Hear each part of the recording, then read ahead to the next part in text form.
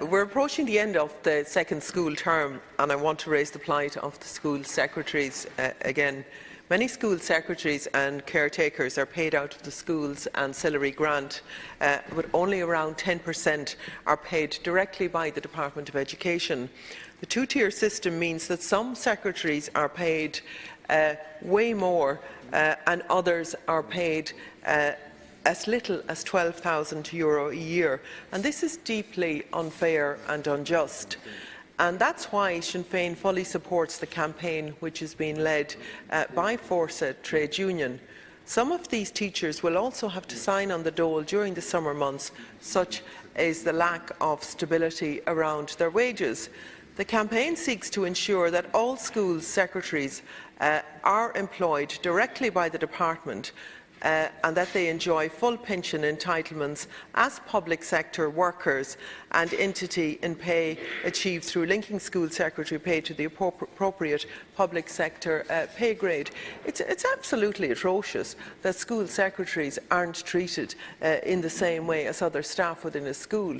You cannot have that happening, but we've seen it happen as well. We've seen it happen in terms of the CE supervisors and assistant supervisors, where despite it have been ruled in the Labour Court that they get a pension, they're told that they're not entitled to it. These things have to be put right. They're very simple things that have to be put right. If we're really serious about equality and fairness, we have to right those things to ensure that everybody is on the same playing field and that people get paid in a proper manner. I also want to draw attention today, to the report launched by Women's Aid this morning regarding the incidents and reporting of domestic violence. While much progress has been made in terms of the new legislation that we made here and this greater awareness of help and assistance available, the figures really are shocking.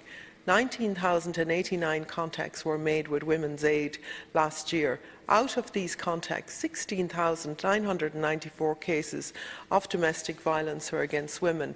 In many cases, the violence is witnessed by a child in the family home setting, and 27% of these reported cases of abuse involved an ex-husband or partner. There is no guarantee that ending the relationship means an end to abuse by their partner. But the report highlights many of the shortcomings in family law, and it starkly states that we have a system where there is a presumption of access for the father, even where there is domestic violence involved.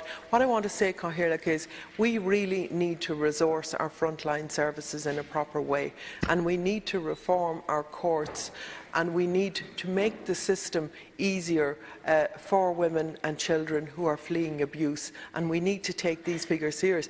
And we have to remember that in these figures, there's only about 20% of cases are ever reported, so there's 80% that never get reported at all. The crime of domestic violence must be tackled in a serious way, not just through the legislation that we've already done, but we need an all-island strategy on domestic violence and how to combat domestic violence.